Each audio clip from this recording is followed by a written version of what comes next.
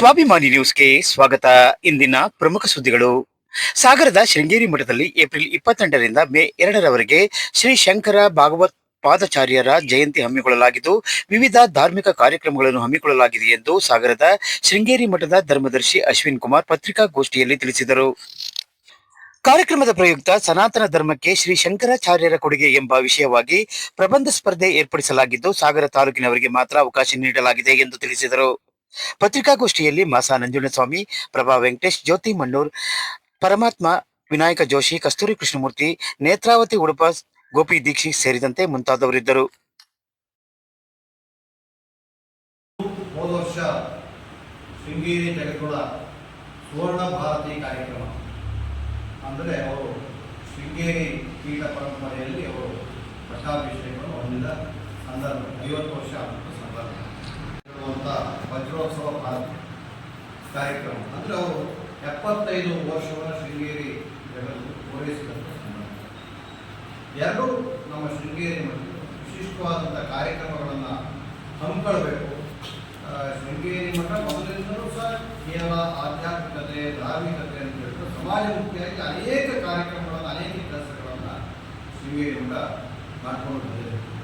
ಈ ವರ್ಷ ಸಮಾಜಮುಖಿಯಾದಂಥ ಇನ್ನೊಂದಷ್ಟು ವಿಶಿಷ್ಟವಾದ ಕಾರ್ಯಕ್ರಮಗಳನ್ನು ಮಾಡಬೇಕು ಅಂತ ಹೇಳುವಂಥ ದೃಷ್ಟಿಯಿಂದ ನಮ್ಮೆಲ್ಲ ಬ್ರಾಂಚ್ಗಳು ಇವತ್ತು ದೇಶಾದ್ಯಂತ ಶೃಂಗೇರಿ ಮಠಗಳು ಎಲ್ಲೆಲ್ಲಿದ್ದು ಅಲ್ಲೆಲ್ಲ ಈ ಥರ ಸಮಾಜಮುಖಿಯಾದಂಥ ಈ ಧಾರ್ಮಿಕ ಮತ್ತು ಆಧ್ಯಾತ್ಮಿಕ ಚಟುವಟಿಕೆ ನಡೆಸೋದ್ರ ಜೊತೆಗೆ ಈ ರೀತಿ ಸಮಾಜಮುಖಿಯಾದಂಥ ಕಾರ್ಯಕ್ರಮವನ್ನು ನಡೆಸಬೇಕು ಅಂತ ಹೇಳುವಂಥ ಒಂದು ಸಂಕಲ್ಪವನ್ನು ಮಾಡಿದ್ರಿಂದ ಈ ಸರಿ ನಾವು ಸಹ ಸಾಗರ ಶೃಂಗೇರಿ ಶಂಕರ ಮಠ ಮೊನ್ನೆ ನಮಗೆಲ್ಲರಿಗೂ ಗೊತ್ತಿದೆ ಅನಂತ ಫೇಕ್ ಬ್ಯಾಂಕ್ ಅಂತ ಹೇಳುವಂಥ ಕಾರ್ಯಕ್ರಮವನ್ನು ಮಾಡಿದ್ವಿ. ಆಮೇಲೆ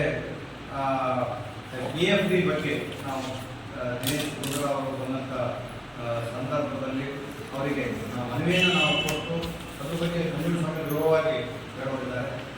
ಆಮೇಲೆ ಈ ರೀತಿ ಅನೇಕ ಸಮಾಜಮುಖಿಯಾದಂಥ ಕಾರ್ಯಕ್ರಮಗಳನ್ನು ಶಂಕರ ಮಠ ಮಾಡ್ಕೊಂಡು ಬಂದಿದ್ದಾರೆ. ಅದೇ ರೀತಿಯಲ್ಲಿ ಈ ಸರಿ ಶಂಕರ ಜಯಂತಿ ಮಹೋತ್ಸವ 28ನೇ ತಾರೀಕಿನಿಂದ 2ನೇ ತಾರೀಕುವರೆಗೆ ಶಂಕರ ಜಯಂತಿ ಉತ್ಸವ ನಡೀತದೆ. ಈ ಸಂದರ್ಭದಲ್ಲಿ ಉಪನ್ಯಾಸಗಳಿದೆ.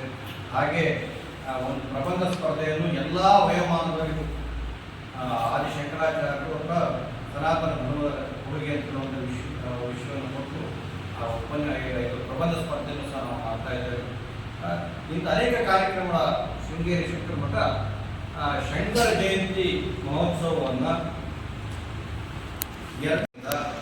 2ನೇ ತಾರೀಕುವರೆಗೆ ಪ್ರತಿದಿನ ಸಪ್ತಶತಿ ಪಾರಾಯಣ, ಹಾಗೆ ಶಾಂಕರ ಭಾಷ್ಯ ಪಾರಾಯಣ. ಶಾಂಕರ ಭಾಷ್ಯ ಪಾರಾಯಣ ಅಂತ ಹೇಳಿದ್ರೆ ಅನೇಕ ಜನ ಪ್ರಶ್ನೆಯನ್ನು ಮಾಡ್ತಾ ಇದ್ದಾರೆ, ಏನು ಶಾಂಕರ ಭಾಷ್ಯ ಪಾರಾಯಣ ಅಂತ ಏನು ಕೇಳ್ತಾರೆ.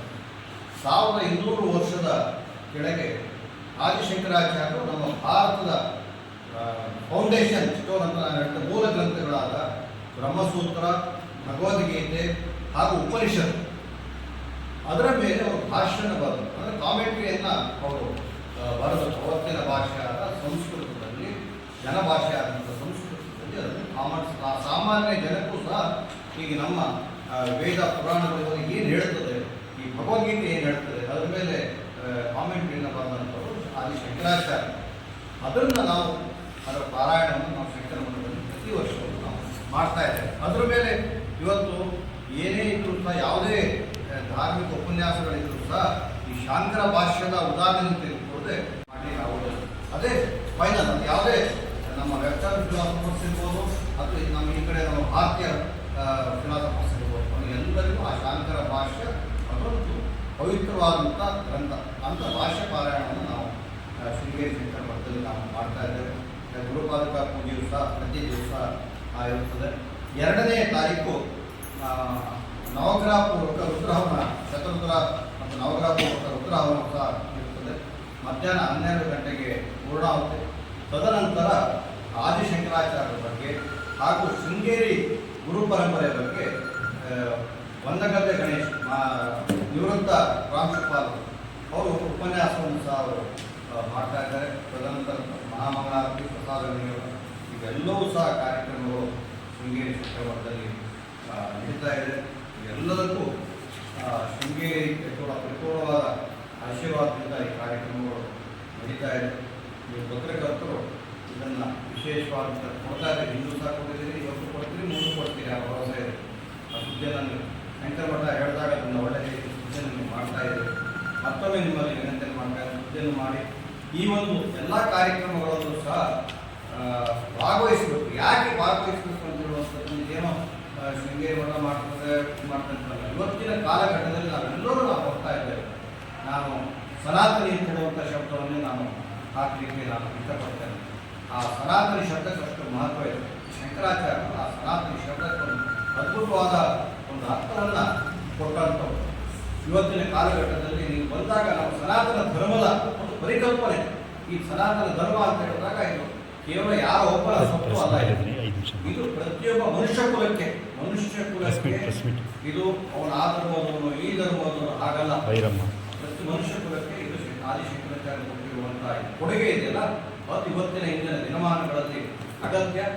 ಆ ಒಂದು ಕಾರ್ಯಕ್ರಮದಲ್ಲಿ ನಾವು ಭಾಗವಹಿಸಿದಾಗ ಅದೇ ನಾವು ಆದಿಶಂಕರಾಚಾರ್ಯರಿಗೆ ಸಲ್ಲಿಸುವಂಥ ದೊಡ್ಡ ನಮನ ಅಂತ ಹೇಳಿ ಈ ಸಂದರ್ಭದಲ್ಲಿ ನಾನು ಹೇಳಲಿಕ್ಕೆ ಇಷ್ಟಪಡ್ತೇನೆ. ಮತ್ತೊಮ್ಮೆ ನಾನು ಸನ್ಮಾನ್ಯ ಶ್ರೀ ಗೋಪಾಲಕೃಷ್ಣ ಬೇಳೂರವರ ನೇತೃತ್ವದಲ್ಲಿ ಒಂದು PhD ವರದಿಯನ್ನು ಅವರಿಗೆ ಕೊಟ್ಟಿದ್ವಿ.